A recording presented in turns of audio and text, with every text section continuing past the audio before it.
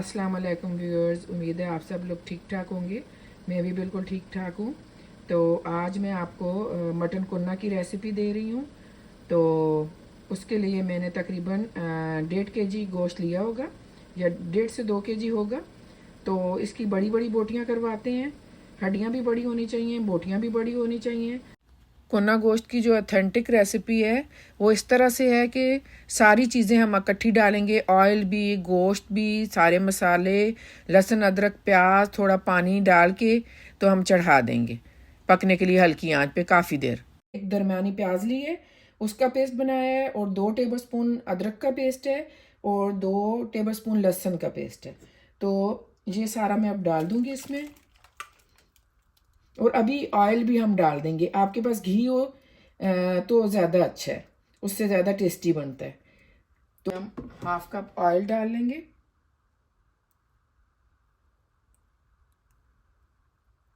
बस इतना बहुत है।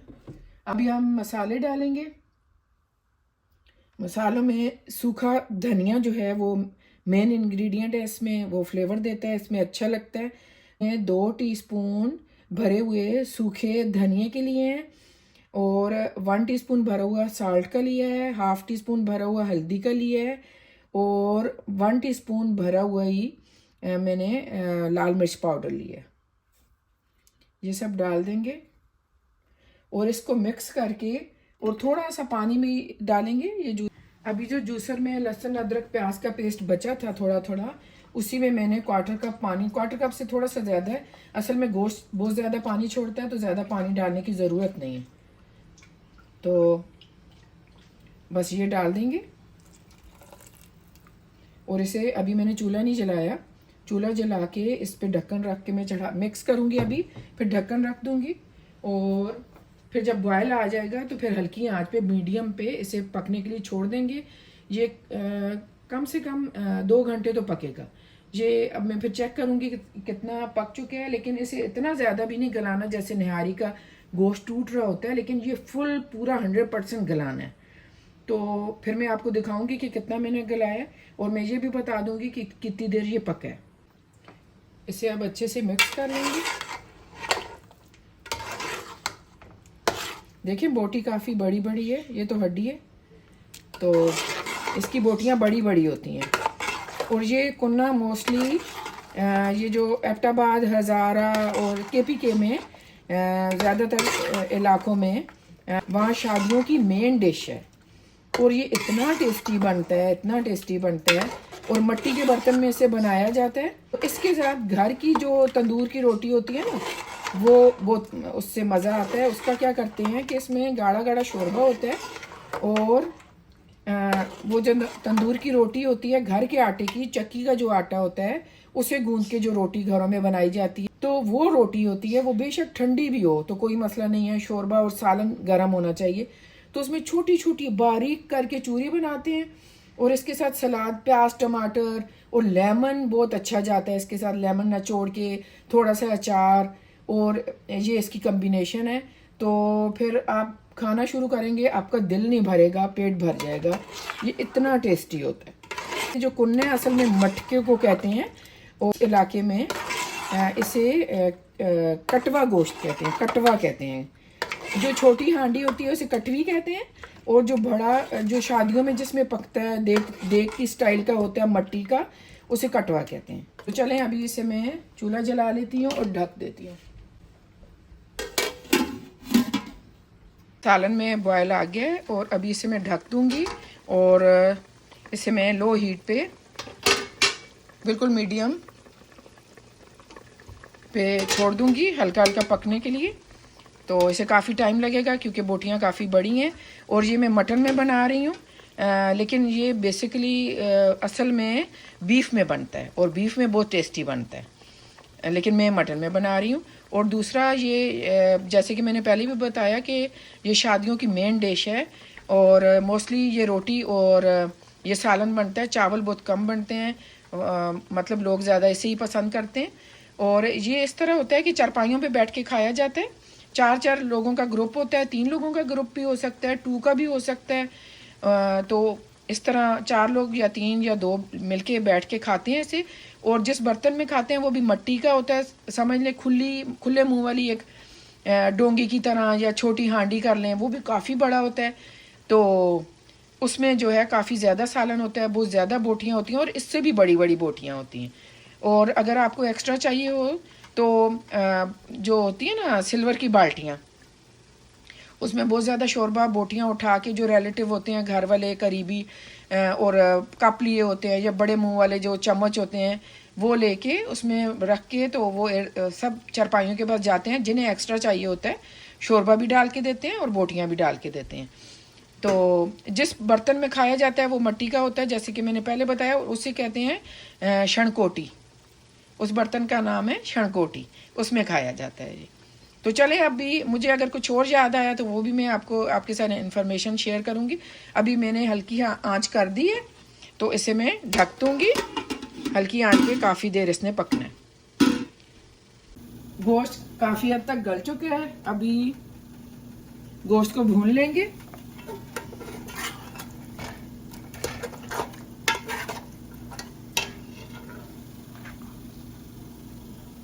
थोड़ी देर से मैं भून रही थी, 2-3 मिनट और भून के फिर शोरबा डाल देंगे। ये देखें अलग हो रहा है, बिल्कुल गल चुका है गोश्त। अभी थोड़ा सा भून के शोरबा डालेंगे, और उसके बाद जैसे निहारी में घर चक्की का आटा थोड़ा सा लेके पानी में मिक्स करके थोड़ा इसमें डालेंगे, ताकि शोरबा थोड़ा थोड़ा थिक हो, लेकिन निहारी जितना थिक नहीं करना हमने।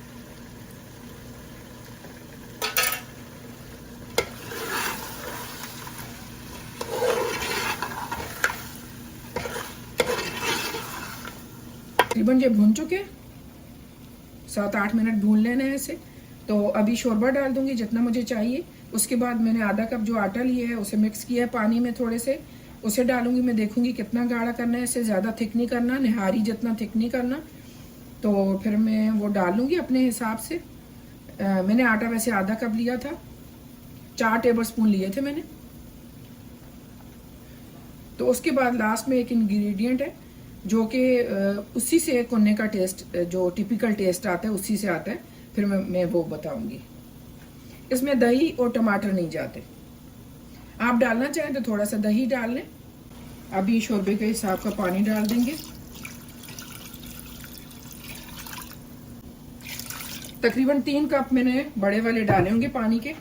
अभी इसे ढक दूंगी ताकि बॉयल आ जाए, फिर वो आटा डालेंगे इसमें, इसको थिक करने के लिए शोरबे को। अभी आटा जो मिक्स किया है वो डाल देंगे। शोरबे में उबाल आ गया, थोड़ा थोड़ा करके डालेंगे।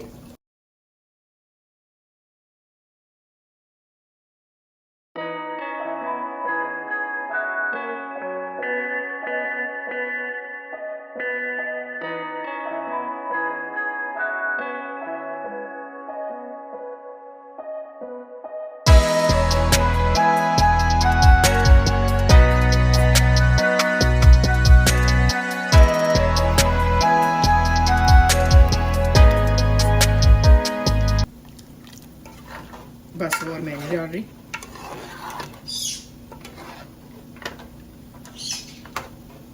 मैंने जितना बनाया था तकरीबन आधा इसमें चला गया।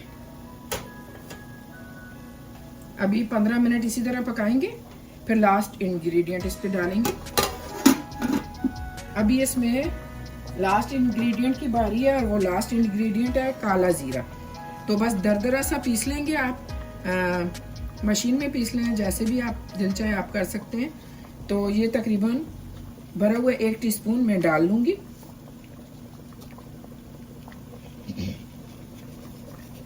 ये इसका मेन इंग्रेडिएंट है, ख़ास इंग्रेडिएंट है, इसी से कुन्ने का टेस्ट आता है।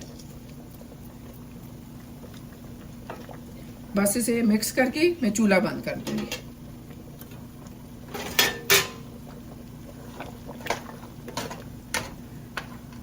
इसी से इसकी खुशबू निकल के आएगी।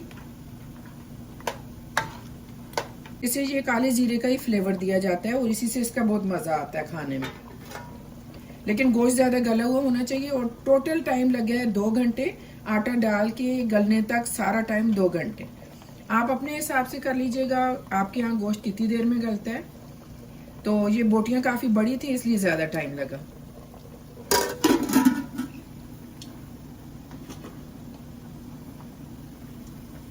बस मैंने चूल्हा बंद करके ढक्कन लगा दिए, थोड़ी देर चूल्हे पे ही रहेगा, थोड़ा फ्लेवर आ जाए इसमें काले जीरे का, तो बस फिर मैं सर्व कर दूंगी।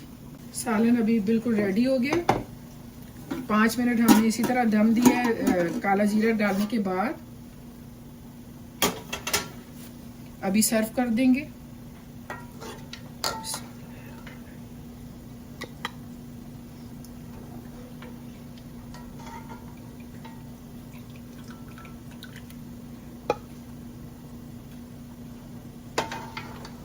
माशाल्लाह से बहुत अच्छा बना है।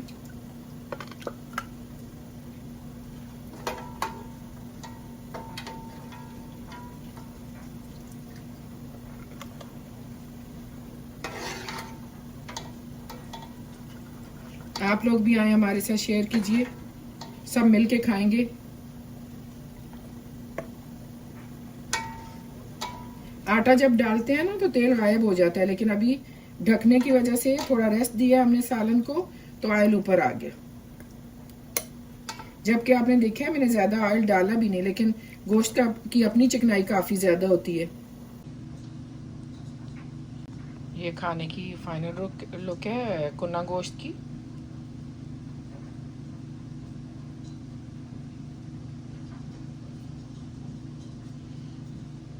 मैंने इसे नान और सलाद के साथ सर्व किया।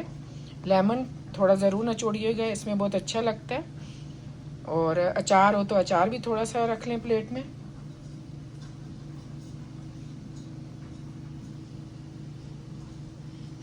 तो चलें फिर, मेरी वीडियो देखने का बहुत शुक्रिया। अभी एंड करती हूँ वीडियो को, और अपना बहुत ज़्यादा ख्याल रखिएगा। तो चलें फिर, अल्लाह हाफिज़।